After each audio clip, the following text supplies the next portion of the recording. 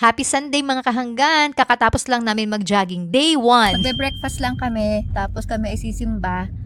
Then meron kaming client na i-assist mamaya. Sama kaya? Oo. Apa. Sama. Sasama kayo. Bait lang kayo ha pag sumama. Ayan. So sasama daw sila. Tignan natin kung kami magkakaige mamaya. Kasama itong mga munting ahente. Dito po kami sa church. Hindi pa nag-start. Hello mga kahanggan, pupunta na po kami sa Vermeer. Tulog po si Bunsong Hente. Salamat po kay SMDC sa aming payong. Pero itong project po na ito ay dito po sa Vermeer, sa Barangay Talisay, Lipa City, Batangas. Along Lipa Alaminos Road. Hapon po meron po tayong client na nag-reserve mga 6 PM na. Nireserve niya online, nasa Dubai yung ating client. Tapos, isasend ko sa kanya yung lot na napili niya. Pumili lang siya actually dito sa map.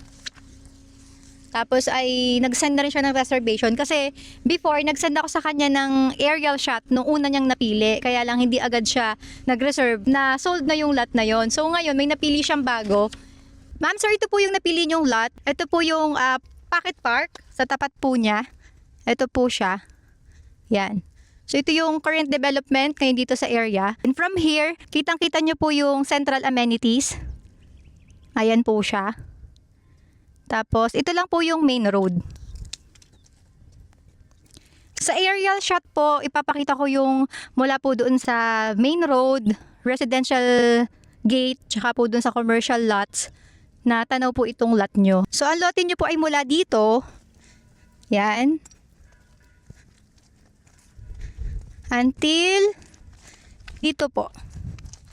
Meron na rin po itong mohon. Ayan po. Nagpalipad din kami ng drone para makita ng client natin yung aerial shot ng napili niyang lote. FW kasi yung client natin, hindi niya nakita in person or kahit yung representative niya, hindi niya rin nakita yung lot. Kaya nag-exert kami ng effort na mag-send ng aerial shot sa ating client. So yan yung bundok. If you're interested with Vermeer, mag-message lang po kayo sa amin para mabigay po namin yung computation. What are you doing, kids? Okay, you won't get my... First hour bunso. Uy, wawa, tulog. I see her diaper. Ikaw, Diyos ko po. Kuya Ahente, what can you say sa lot ng ating client? Yan yung lot niya, oh. It is beautiful po kasi malapit po sa bundok and near the amenities. View of mountain. Malayo pa yan, kuya. Kita lang yung view of mountain. Malapit na sa bundok? Yan, this time, nadagdagan ng ating mga kasamang ahintek. Hi! Sasamahan natin si Kuya Wins bumili ng Laptop. gaming computer. And laptop.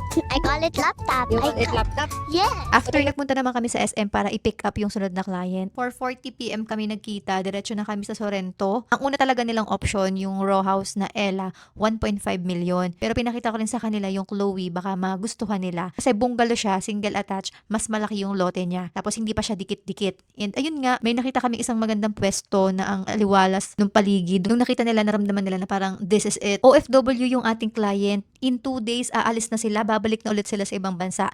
Kaya nag-decide kami na mag-fill out na sila ng lahat ng kailangan, mag-sign na sila dun sa mga contracts na kailangan nilang pirmahan para before sila umalis, okay na, settle na lahat. Kita mo ba tayo? Parang medyo madilim lang. Sayang mo kung naagahan natin kanina. Pala nag-ano muna tayo. Share muna. Naramdaman ko, nakita ko na sobrang happy and excited nila dun sa bahay na napili nila. Congratulations po and thank you for trusting us. Thank you po. Pala yun? Gusto mo yung puso.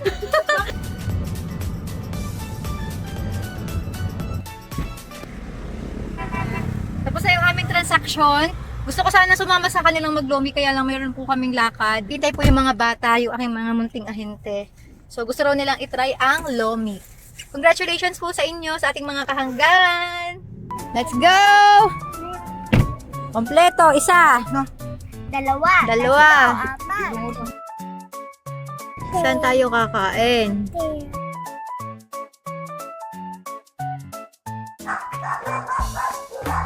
Kuya Win, nakalalang matulog.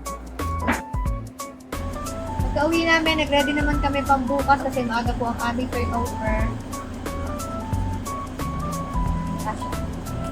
Good night!